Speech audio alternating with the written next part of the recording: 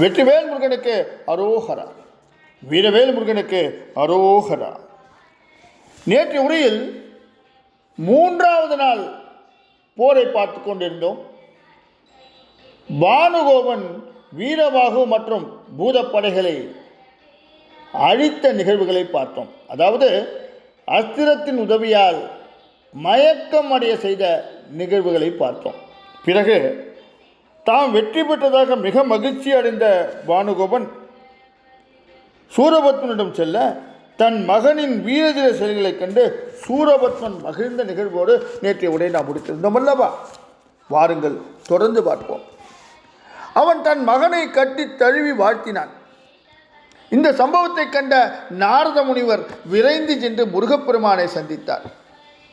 அவரிடம் யுத்த காலத்தில் நடந்த சம்பவங்கள் அனைத்தையும் விளக்கினார்.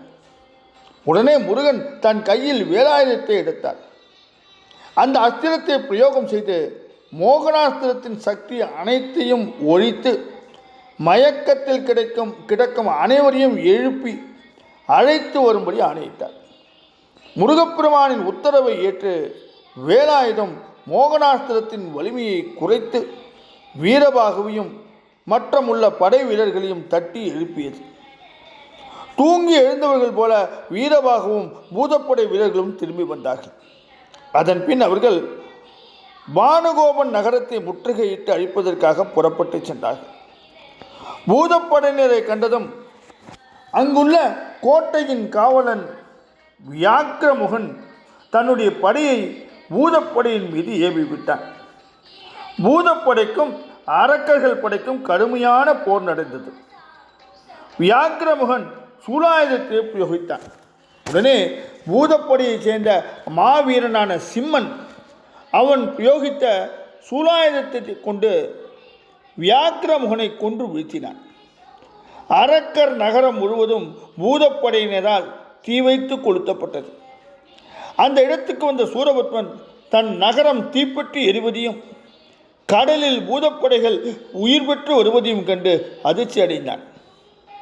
வீர மகேந்திரபுரியில் எரியும் தீயை அணைப்பதற்காக மேகங்களுக்கு ஆணையிட்டான்.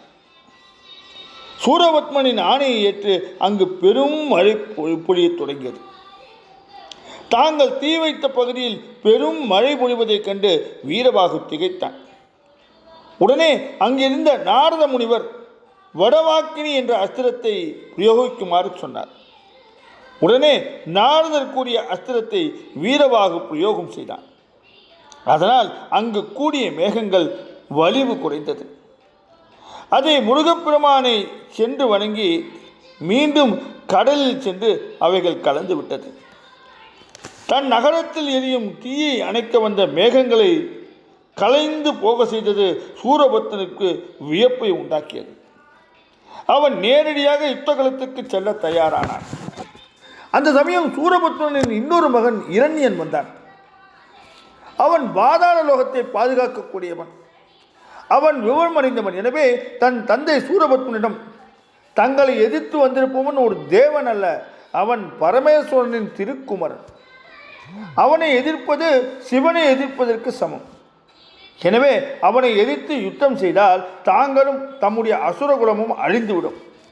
ஆகவே தாங்கள் தேவேந்திரன் மகனையும் மற்ற தேவர்களையும் சிறையிலிருந்து விடுவித்து முருகனை வணங்குதலே நல்லது. அது தங்களுக்கும் நம்முடைய அரக்கர் குலத்திற்கும் நலம் தரக்கூடிய செயலாகும் என்று சொன்னான். தன் மகன் தனக்கு அறிவுரை கூறுவதை கேட்ட சூரபத்மன் மிகவும் கோபமடைந்தான். தன் தந்தையிடம் தான் கூறிய ஆலோசனை எடுபடாது என்பதை தந்தையின் கோபத்தின் மூலம் மகன் இரண்யன் அறிந்து கொண்டான். அரக்கர் குலத்திற்கு அழிவு காலம் நெருங்கிவிட்டது. இந்த நிலையில் நாம் என்ன ஆலோசனை சொன்னாலும் எடுபடப் போவதில்லை. எனவே அரக்கர் குலத்திற்காக போரிட்டு உயிரை தியாகம் செய்வதே சிறந்தது என்று இரண்யன் முடிவுக்கு வந்தான். அவன் தன் தந்தையிடம் ஆசி பெற்றுக் கொண்டு முருகப்பெருமானை எதிர்த்து போரிடுவதற்காக புறப்பட்டு சென்றான். தும்பை மாலை அணிந்த சிம்மனுக்கும் வீரபாகுவுக்கும் கடுமையான யுத்தம் நடந்தது. 3ஆம் நாள் யுத்தத்தில் பூதங்களின் வீரன் நீலன் இரண்யனின் தேரை தூக்கி வானத்தில் எறிந்தான். அந்த தாக்குதலை சமாளிக்க முடியாத இரண்யன் கீழே விழுந்து மூச்சை அடைந்தான். மூச்சை தெளிந்தவுடன் இரண்யன் மீண்டும் வந்து நீலனை தாக்கினான். பின்னர் அவன் நீலன் மீது அக்னி அஸ்திரத்தை ஏப்பினான். அந்த அஸ்திரத்தால் நீலன் மயக்கமடைந்தான். இந்த நிலையை கண்டு வீரவாகு வெகுண்டு எழுந்தான்.